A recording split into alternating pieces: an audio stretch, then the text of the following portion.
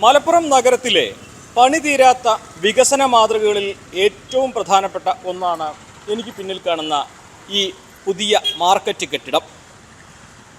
2020 നിർമ്മാണം തുടങ്ങിയതാണ് ഇവിടെ. 2025 കഴിഞ്ഞ ഭരണസമിതി അവരുടെ കാലം അവസാനിക്കുന്നതിന് മുൻപ് ഒരു ഉദ്ഘാടനവും കഴിച്ചു. അന്നാണ് ഈ കോണിയും പാലമൊക്കെ വയ്ക്കുന്നത്.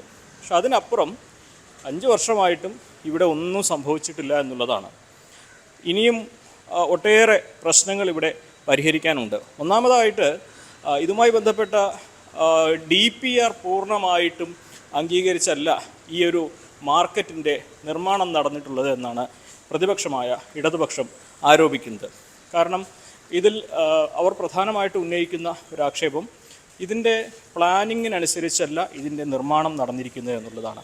ഈ ഒരു പ്രദേശത്തിൻ്റെ വിസ്തൃതിയും അടുത്തുള്ള കെട്ടിടങ്ങളുടെ സാഹചര്യമൊന്നും മനസ്സിലാക്കാതെയാണ് ഈ ഒരു പ്രദേശം ഇവിടെ ഈ മാർക്കറ്റ് കെട്ടിടത്തിൻ്റെ DPR തയ്യാറാക്കിയത്. ഈ DPR അനുസരിച്ച് ഈ മാർക്കറ്റ് പൂർത്തീകരിക്കണമെങ്കിൽ അടുത്ത കെട്ടിടം കൂടി പൊളിക്കേണ്ടതുണ്ട്. പക്ഷേ അതൊന്നും നോക്കാതെ ഒരു തരത്തിലും ആസൂത്രണമില്ലാതെയാണ് ഈ ഒരു കെട്ടിട നിർമ്മാണമെന്നാണ് ഒന്നാമതായിട്ട് ഉയരുന്ന ആരോപണം. അതിൻ്റെ തുടക്കം മുതൽ തന്നെ പാളിപ്പോയ ഒന്നാണത്.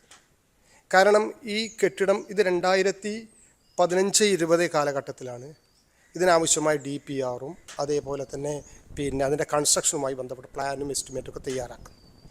ഇത് തയ്യാറാക്കാൻ വേണ്ടി ഒരു ഔട്ട്സൈഡ് ഏജൻസിയെ ഏൽപ്പിക്കുകയായിരുന്നു ഈ DPR തയ്യാറാക്കാൻ.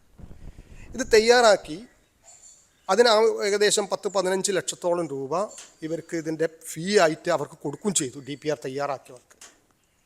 എന്നാൽ പിന്നീട് ഇത് 2020 ശേഷമാണ് പുതിയ ഇതല്ലത് തൊട്ട് മുമ്പത്തെ കൗൺസിലിൻ്റെ കാലത്താണ് നിർമ്മാണ പ്രവർത്തനം ആരംഭിക്കുന്നത്.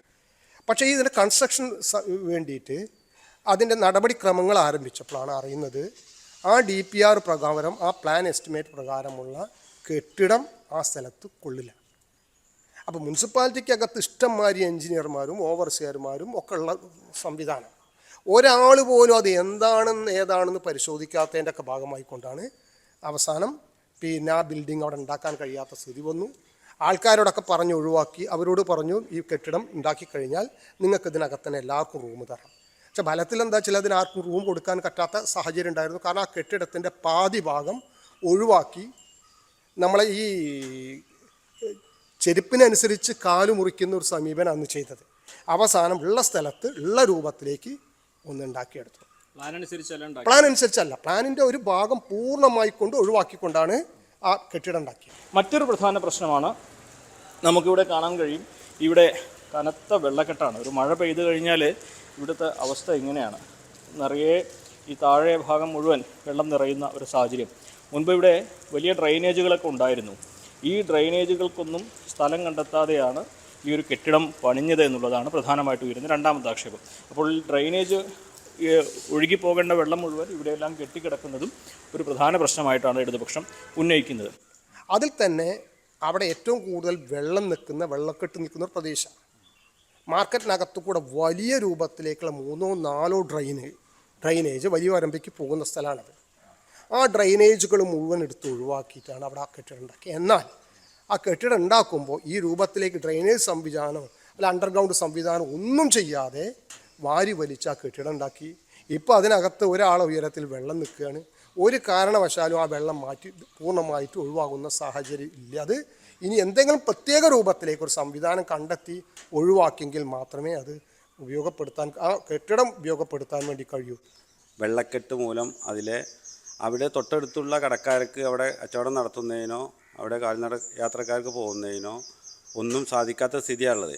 നേരത്തെ സൂചിപ്പിച്ച പോലെ അതിലെ വലിയ ഡ്രെയിനേജുകൾ കടന്നു പോകുന്ന അത് ഒരു ധാരണയും ഇല്ലാതെ അതൊക്കെ പൊളിച്ചു നീക്കി അവിടെ കൊള്ളാത്ത ആ സ്ഥലത്തിന് യോജ്യമല്ലാത്ത രീതിയിലൊരു പ്ലാന് ഉണ്ടാക്കിയതിൻ്റെ ഭാഗമായിട്ട് അവിടെ നോക്കുകുത്തിയായിട്ട് നിൽക്കുകയാണ്.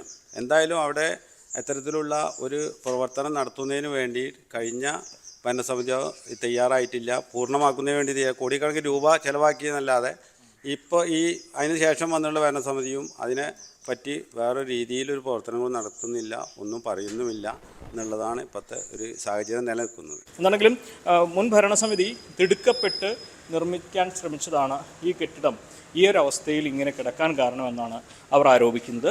ഇക്കാര്യങ്ങളൊക്കെ ചൂണ്ടിക്കാണിച്ച് വലിയ പ്രതിഷേധത്തിനാണ് അവർ ഒരുങ്ങുന്നത്. അതേസമയം ഇവിടുത്തെ കച്ചവടക്കാർക്ക് വലിയ നിരാശയാണ് ഇക്കാര്യത്തിലുള്ളത്. കാരണം ഏറെ പ്രതീക്ഷയോടെയാണ് അവർ നിന്നിരുന്ന ഈ സ്ഥലം ഒഴിവാക്കി ഈ ഒരു കെട്ടിടത്തിനായിട്ട് സ്ഥലം ഏറ്റെടുത്തപ്പോൾ അവർ മാറി നിന്നത്. പുതിയ കെട്ടിടത്തിൽ അവർക്ക് സ്ഥലം കൊടുക്കാമെന്നൊക്കെ വാഗ്ദാനം ഉണ്ടായിരുന്നു. പക്ഷേ 5 വർഷമായിട്ട് ഒന്നും നടക്കുന്നില്ല എന്നതിൻ്റെ സങ്കടമാണ് പലരും പങ്കുവെക്കുന്നത്.